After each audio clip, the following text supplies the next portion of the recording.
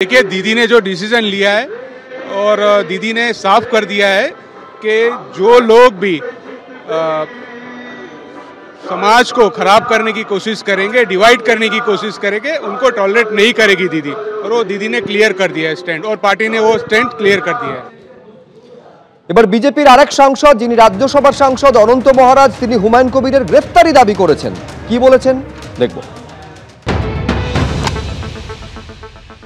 ওকে immediate ওকে কারাগারে প্রেরণ করা ভালো, কারণ এ দেশদ্রোহী কাজ করতে, অস্তিত্ব আনার জন্য ব্যবস্থা করতেছে।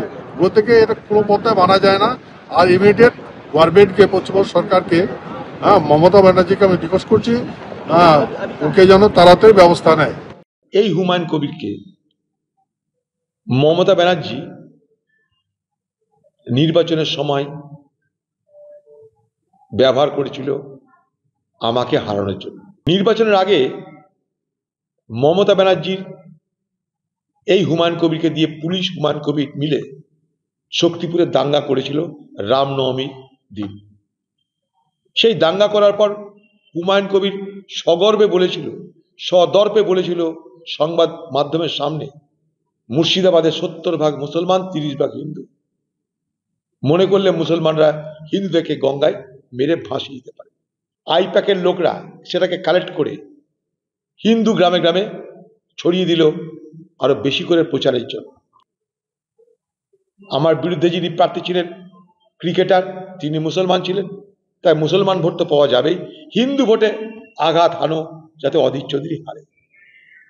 2019 সালে এই বহরমপুর লোকসভায় যেখানে বিজেপি 1,43,000 ভোট পেয়েছিল, সেখানে 4.5 লক্ষ ভোট পেয়ে গেল। আমি হারলাম, দিদির কার্য সিদ্ধি হয়ে গেল।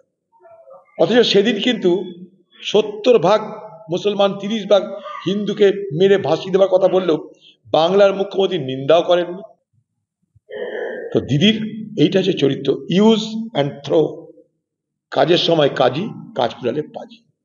যে হুমায়ুন একদিন দিদির সম্পদ ছিল, আজকে সেই হুমায়ুন দিদির বোঝা হয়ে গেছে।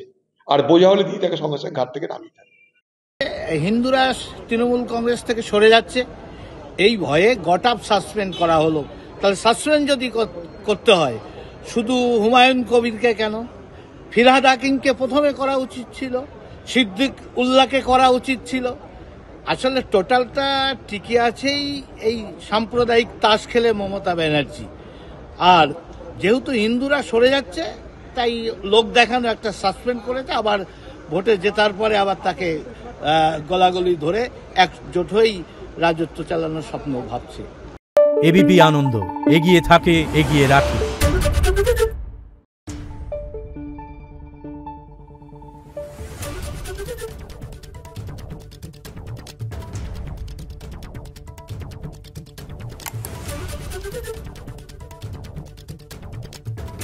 Thank you.